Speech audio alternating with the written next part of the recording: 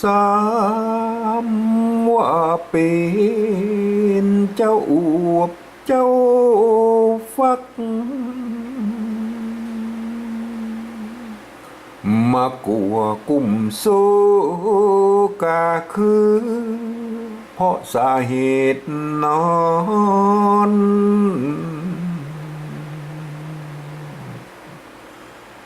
บ่จังคาดลือกันจักบ่เมืองตั้นหันนา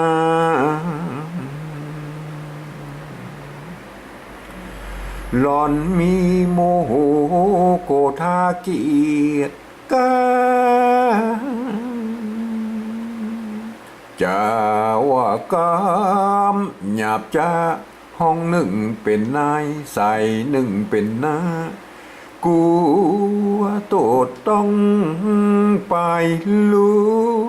นเหตุเป็นปีจัง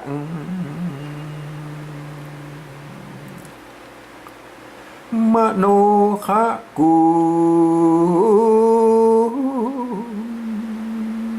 หวังเปิงบุญกุ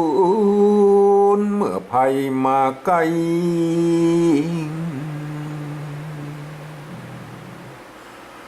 จังฟูจังจ่าเพราะเปิงกว่าใบหอยสีจมนายสั่งไว้อานัดกรรมคือคำน้องไทยจูไล่เล่นลวงพางเบิ่งคาปีท้าย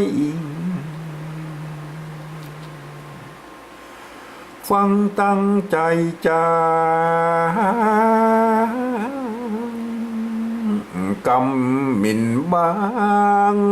ปูนหัวกว่าใบจา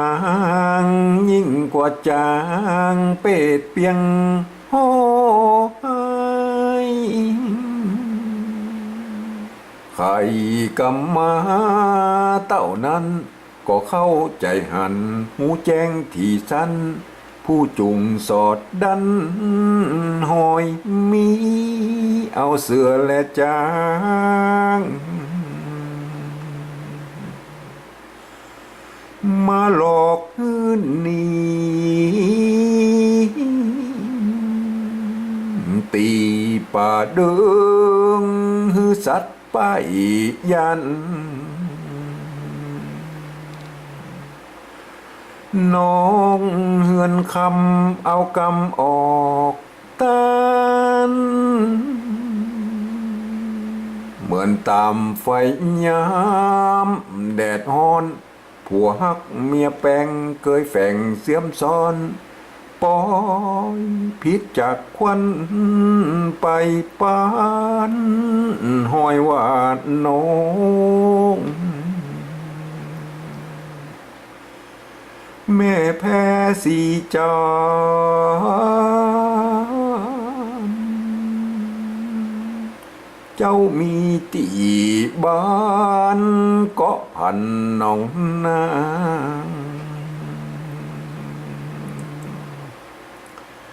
ปีกึดกองใจปลายนายแห่งข้าเหมือนจักมีเจือนาน